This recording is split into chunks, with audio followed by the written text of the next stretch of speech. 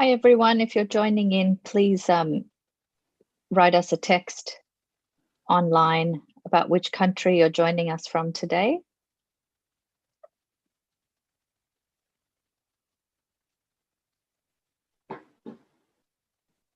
So we might get started then. If you're ready. Great. I'm Priya Srinivasan. I live and work on the lands of the Wurundjeri people of the Kulin Nation, and I pay my respects to their elders, past, present, and emerging. I also acknowledge the gods, the goddesses, the spirits, and elders from my culture who are here with me. And I acknowledge that sovereignty was never ceded and we live on stolen land today. I'm an independent artist and also the co-artistic director of Sangam, the first performing arts festival of South Asia in diaspora in Australia. I'm originally from Tamil Nadu in South India and came here to Naarm when I was quite young. I'm happy to start our chat today with just a few little housekeeping points. I wanted to thank all the team members of Artsfront and Feral Arts who have made Little Lunches possible. And I think it's creating such excitement and generating so much interest at this moment right now that we're in. I'm really grateful to be here and joined by a fabulous speaker who I will introduce in just a minute. Just wanted to remind you all that Little Lunches is being recorded, will be streamed live and available afterwards on www.llol.com.au. We're also live on YouTube. We will be sticking to the 30-minute time frame because of the sign language interpreters and captioners as well, who are working really hard. And as I said earlier, if you're just joining us now, please do write in the Zoom chat which country you're joining us from today. There's live captioning available if people click on the captions icon in Zoom. And there's also live signing from Susan at Auslan, who's, for me, she's down below, but she might be stage left for you guys. So just click on Susan's video and pin it if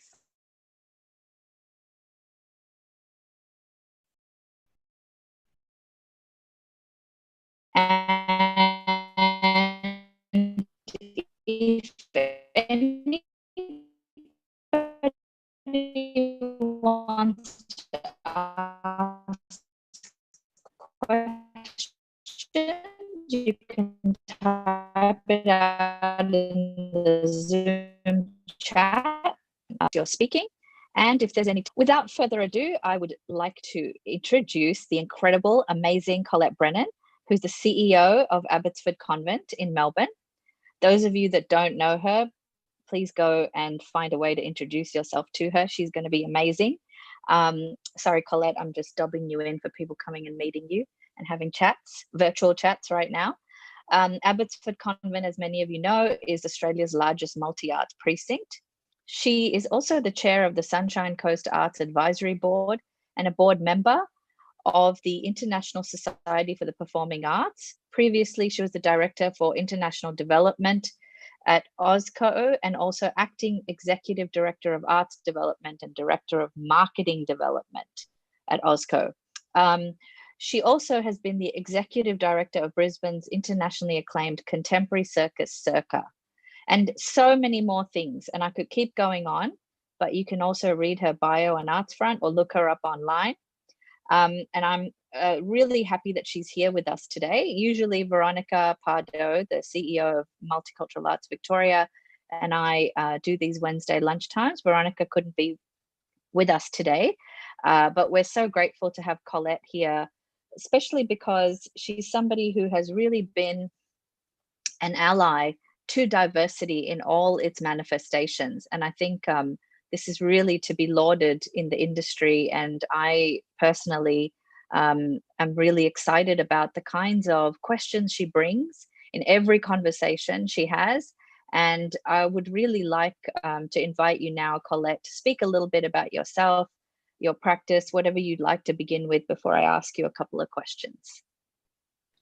Hello, everyone. It's great to be here. I'm a big fan of Artsfront always and their undying passion for ensuring that the diverse voices of our sector find ways and means to get together. So I applaud Feral Arts as always for the leadership, and being a great lover of Multicultural Arts Victoria and a super fan of Priya.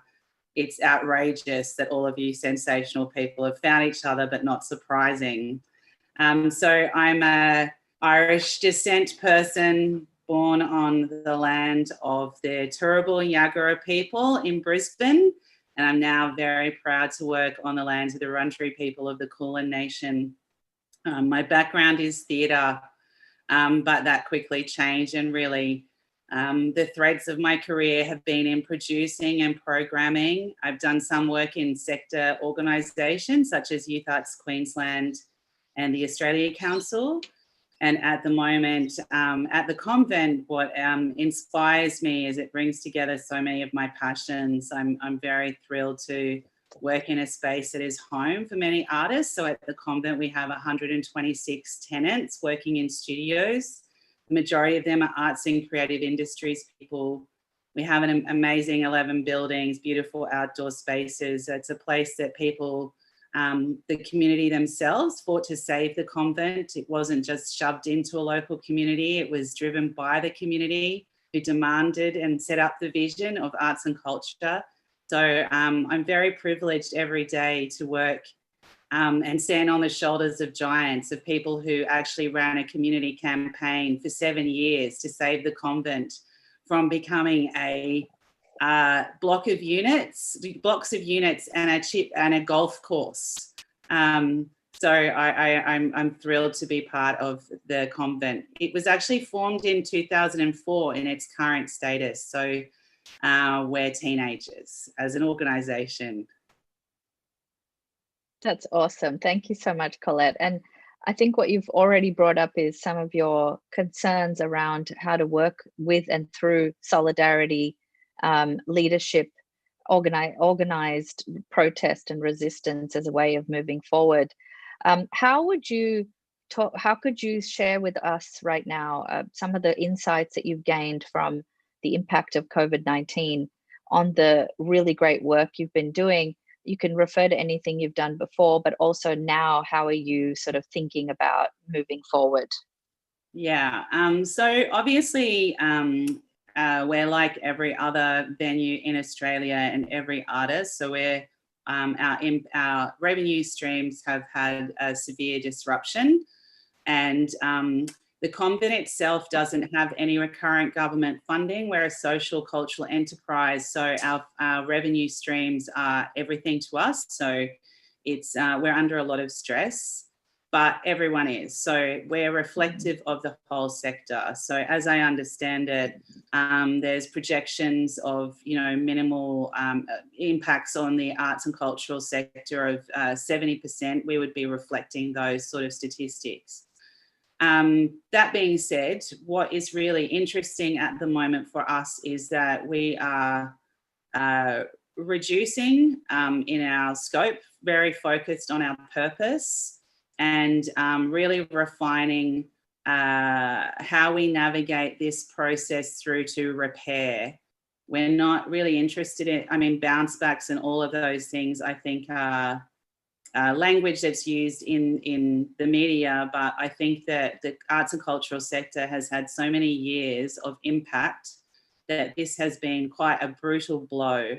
We didn't have much scaffolding in and around the sector, and I think it's exposed all of the flaws in the arts sector's relationship to government, and also in relationship to being priority for the philanthropic sector as well. So that being said, the lucky thing I have is that I work in a solid organisation. Our organisation is going to survive. The buildings will be there, the resources will be there. We're closed to the general public, but we're still open to our tenants. A lot of our tenants are working in such difficult circumstances, trying desperately to triage. So it's a lot. I am very lucky though. The things that it's exposed for us at the moment is that I have we have really, really good governance. And at this time, for anyone who runs an organisation, governance has been key. I can't stress enough that I think a lot of organisations would be going through more trauma if they haven't got their governance in place. So I think it does help in that it exposes where your flaws are and where you might quickly need to adjust. And the other thing I've noticed as well is that change is possible. We've done an organisational restructure. We've done things really fast. We've seen the federal government, we've seen state governments and some local governments working really fast. So actually, one of the energetic positives I'm taking from this, that if we all get on board to identify an issue, we can actually solve it when we work together. So for example, when you look at homelessness, we have people now who are homeless in shelter. Why did it take a pandemic to expose that? You know, so they're the things that I'm really inspired by at the moment. I'm inspired by the resilience of my community. I'm really inspired by the resilience of my team.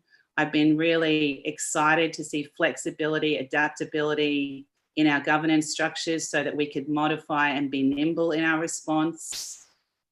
You know, that's sort of where we're at. Yeah, that's really great to hear. And I really take your point about solidarity, and I'm going to come to that in a minute. But I'm wondering if you could also speak about your work with diverse and independent artists, something that you really spearheaded and have followed through on so many ways with First Nations artists and artists of color, your work perhaps with APAM and also with Asia Topa. What were the lenses that you used and took to prioritize the needs of people of color and First Nations people? How do you see possible visions for others like yourselves in institutions who are really the gatekeepers, who have the capacity to open doors? What is it that you can do? And I suppose part of that question is also around making diversity central to how we actually move forward as well. Thinking through how you've done it in other moments where you've been confronted by really hard and oppressive structures, but you've navigated your way through. And if there's any way that you could, you know, speak to some of those things. I know I gave you a lot to think about, but something around those kinds of questions, Colette. That's what you do, Priya. You go right to the heart of it. Well, you know, I think the first thing is that I acknowledge, and it doesn't mean it's not flawed. I'm very flawed. I'm a white woman in a particular context running a venue. So, you know, you have to actually be aware of what privileges that brings you, and therefore be literal in that and keep yourself to account. The other thing that I've found that's been key in that is by building relationships with incredible arts leaders and artists who are people of colour, First Nations, or experiencing diversity who may not be embraced by the mainstream, is that once a trust is established, those people and communities will keep me in check. I don't try to demand that they teach me, but I know that once we have a trusted relationship, if institutionally we're doing something that's a barrier, or if I personally am, I will be called to account, and it's my job to get myself checked, sorted out, and the learning I need to take. The thing I'm very aware of is that there is so much pressure put on diverse artists to not only be brilliant independently in their own practice, incredible advocates for their culture, but then they have to carry the load of educating us white people because we're too ignorant to understand how much we are culturally bereft by not engaging in diversity. So my position then is actually that I work with my team a lot on where is the exciting work.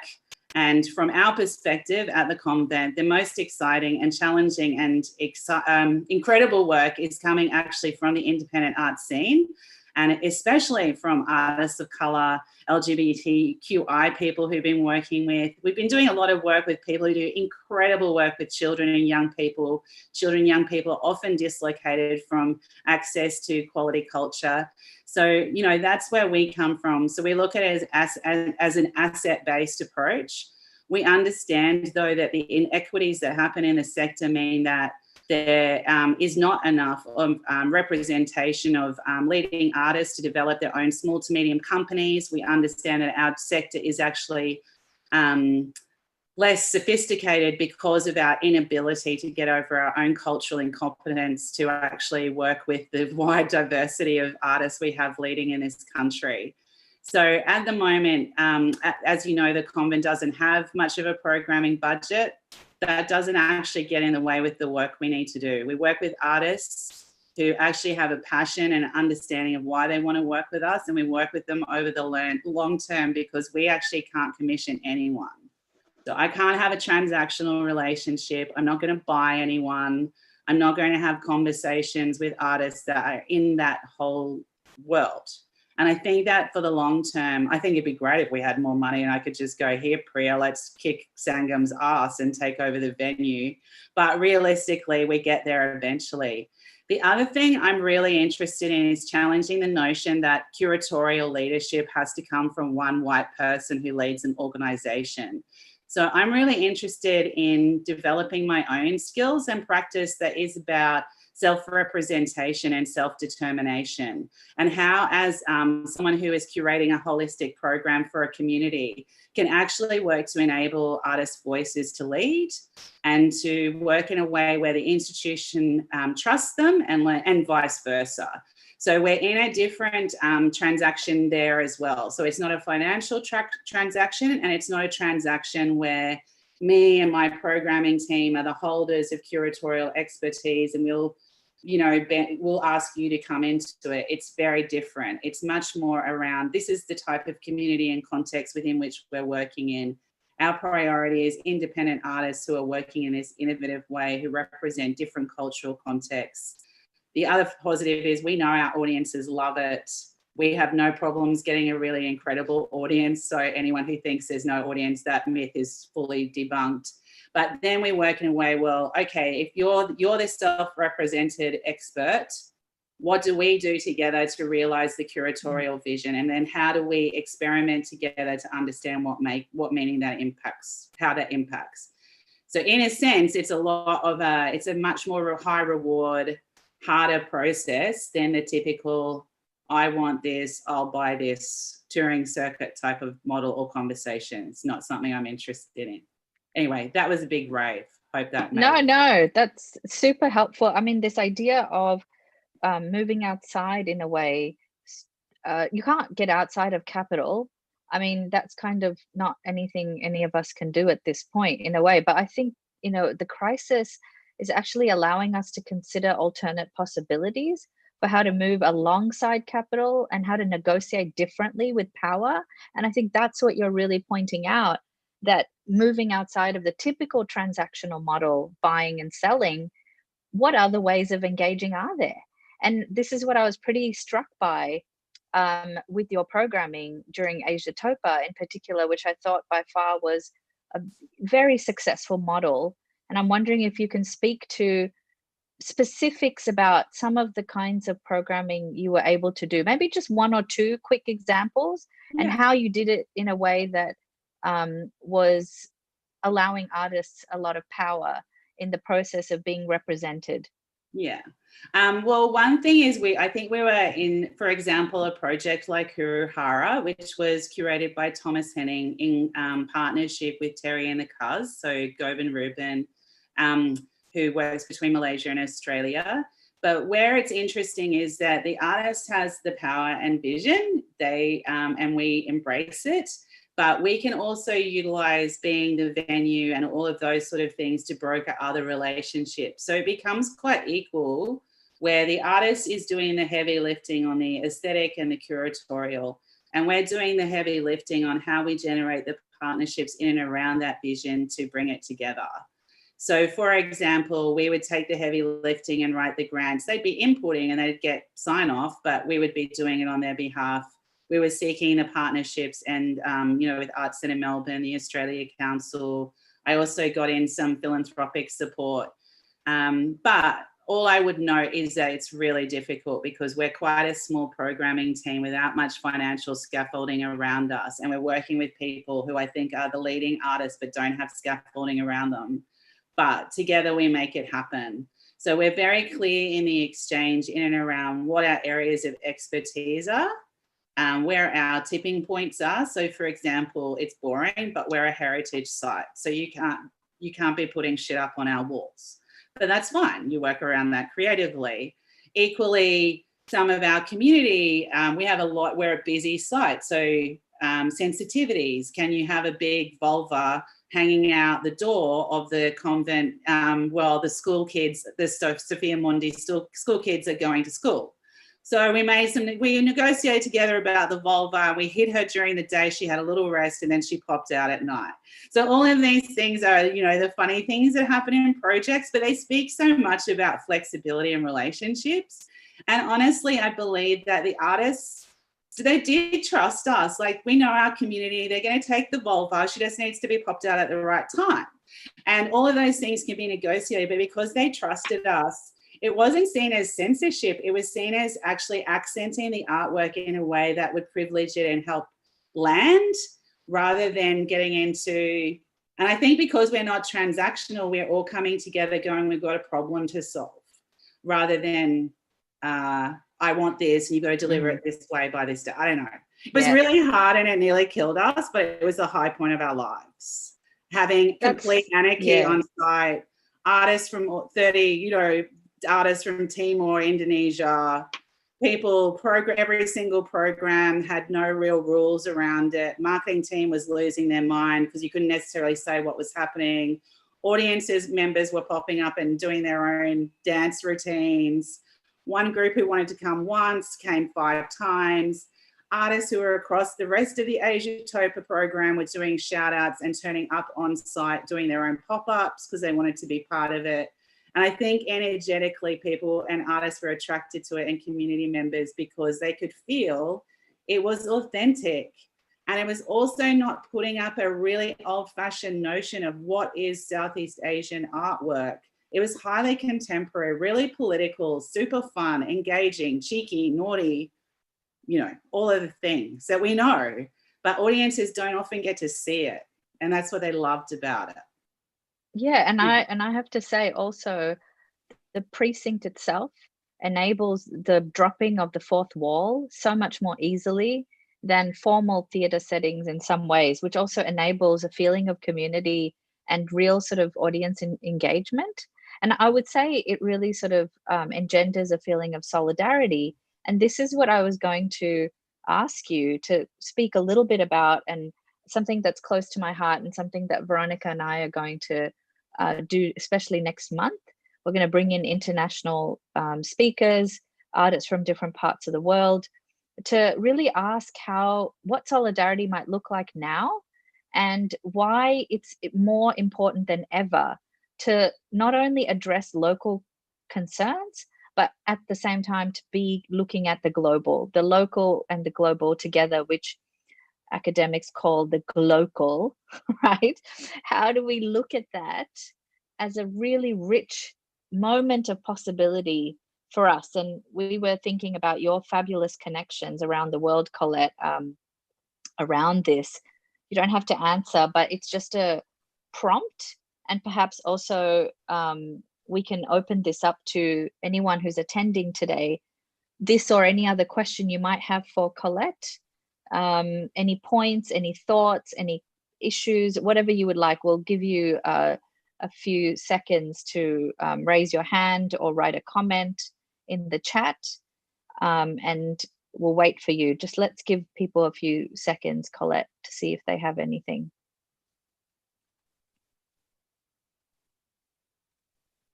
Thanks, Suzanne. Suzanne just said, thank you, that's great. Look forward to further sessions. I met Suzanne in Darwin, so I presume that that's where Suzanne is right now. So great to hear from you. I met Priya in Darwin as well. That's when I know. Darwin, something was in the water at that trip. It totally was. We didn't meet here in Melbourne, but over there, so that was pretty cool. Okay, it doesn't look like anyone else has any. Oh, she's at the Northern Rivers, she says, today. God's country. Yeah, so what I was going to say is people are, oh, Black Dance. Fantastic. Hello. Hi, Is that Miranda. Maria? I love How you. are you? How are you, Marinda? So great to have you here. Okay, so here it is. Here's a great question from Marinda. What is the process you put in place if things aren't working? I imagine the challenge is you might not hear about it. We had a big that's Zoom really around this. interesting. Yeah. So one thing we've been learning, and it was, I did a project early at the convent because we were telling a settler's story of our site, which is just crazy, and it needed to be deepened. So I worked through a process working with some of our Wurundjeri elders, and they put a whole governance structure in and around cultural expertise.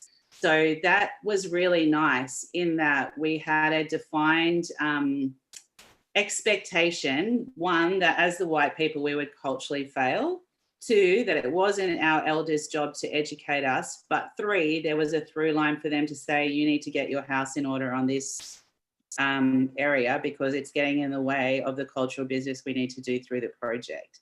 So that was one way that was super useful. And now I translate that and use that in a whole bunch of different places because culture is often hidden. And that's often where the disadvantage emerges for people who aren't the mainstream, supposedly, even though white people aren't anymore, whatever. So I think that the culture is pretending it's hidden is actually the problem that creates disadvantage. So being comfortable to have cultural conversations, understanding that we're going to screw up and that we're doing reflections now, for example, on our recent Asiatopa program. And things weren't easy all the time, and there were screw ups on both sides, So I just think it's being sophisticated enough to have a level of cultural maturity where you understand that flaws will happen, that you need to address them, that culture is dynamic and changing, and all of us will be developing in this area. And if you have that as a starting point, I think that you need to look to less conflict. That's great. Ash Frost has also written, don't know how to clap on this. That was great. We need to own our flaws. And really love that question. Thanks, Marinda, around how do we address these problems, and Colette's response about outing ourselves to our flaws and issues at hand rather than hiding. And I think that's part of the biggest issues that we need to face is really all of us looking at where the problems are and really owning up to it and saying we are making mistakes, but how do we keep going forward? And what are the ways we can rectify these engagements? And this is where I think power often fails to acknowledge itself in its inability to be fluid, to change, to shift. And I think these are some key points that you brought up today, Colette, which I loved hearing about fluidity and flexibility at this particular moment. And again, I want to just return to this idea of how might we look at global solidarity at this particular moment as more key than ever to connect us. And this was the question we were asking 2 weeks ago when Veronica and I were discussing how might this moment enable us to have even deeper discussions around global solidarity. Thank you, Marinda. Marinda just said she came a bit late and she's here from Black Dance. Thank you so much.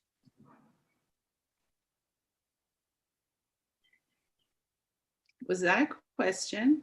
Just a good thing about your thinking through the global, like for example, how at APAM you had these really incredible sessions, for example, from people from different parts of the world. And we were asking at that moment, what happens? We did not know this COVID was going to literally ground us and put us in this pausa mode. So it was just that moment where we actually had people from key institutions around the world discussing already in the room. And I'm saying, how do we reimagine that in the future? Any ideas that you might think about for us to get this going would be great. Yeah, I think it always comes down to good practice internationally anyway, that we're part of a global arts community. Just take that as a given. And I've always activated my global networks. I'm very passionate about what I can learn from others. I suppose it starts, though, best engagement comes if you have a level of personal cultural curiosity and understanding that you can learn from other cultural contexts. I have seen, you know, certain activities by different people where they don't really come in, they just go into a global conversation to sell, to get something out, to continue transacting. I don't think that serves us. Those things happen anyway, you know. I think it's actually about relationships, and I think you have to start in that context. So, for example, at the moment, you know, it's bad here, but my friends in New York, it is not good. Their mental health is very, very bad. They don't have JobKeeper, as shit as it is. They don't have JobSeeker. They, you know, a lot of people in Australia are falling through the cracks. That's a given, but it is a major issue over there. They don't have healthcare. Let's face that. I mean, there's no, anyway, so many differences going on. Do we care about that? You know, these are the questions. And I think what it's exposed for me at the moment, with the greatest of respect to all of our peak bodies, but I can't see a unified voice from the Australian arts sector. And I think that's done us a disservice since the Brandis cuts. When I look at my Irish colleagues at the moment, I would suggest all of you look at their campaign at the moment. It's incredible. They don't have a music sector off here getting money for this bit, and they don't have a regional arts bit getting money for regional arts. They don't have visual arts. You know, they actually just have a one consolidated voice. The other interesting things that Canadians taught us in the lead up to Trudeau, they did a 5-year program to get their sector together, to actually get the policy levers, the political context together for how they wanted to argue for the relevance of the arts. So it was ready when Trudeau got in. Their whole program was ready to go. So the thing, I think that our global engagement is key. We have to keep doing it. But I think that at the minute, we also do need to look very honestly at our local sector and not use this time to fall apart, to be distracted, which I think helps the political methodology by trying to change the fact that the majors get money at the moment. That hasn't changed for years. So why are we, you know, let's not go back there. Let's actually have a unified sector that isn't broken down into, well, I advocate for music and contemporary music, you know, all of that. I just think it's actually exposed our issues as a sector. And I feel almost nervous saying it, weirdly, but I think it has to be said. I don't feel, as someone running a key venue in this country with so many artists in the conversation. I'm not funded by the Australia Council. I'm not funded by state government or local government. I'm not engaged anywhere. I think that's crazy. Why are we doing this? Why are we putting some people in the club and not others? That's great, Colette. Thank you so much. So excellent what you're saying. And Marinda has been sending so many fantastic questions. I'm like, we can't address it today, Marinda, but we want to invite you to come and join us in a couple of weeks so we can actually have a really generative discussion around your questions, because this whole thing about who's being represented, what are the representations? Marinda's put up these great questions here. Why isn't the sector talking about the entire ecology? People are not talking about the entire ecology. The Australia Council has been undermined since the Brandis cuts. And also, why are there no called CALD dance companies or First Nations companies funded on a proper platform and multi-year funding, or Indigenous companies? Fantastic questions. I want to use this opportunity to thank all of you for contributing today. We've gone over time, so sorry, but thank you so much, Susan. Thank you so much to all the captioners, Artsfront, Feral, for being here, and we would love to continue these conversations in next week or the week after. Please join us. And thank you so much, Colette. Really appreciate your generosity of time and thinking around this. Thanks, darling. So good to see you. Thank you so much. Look after yourselves. Great. Thanks, everyone.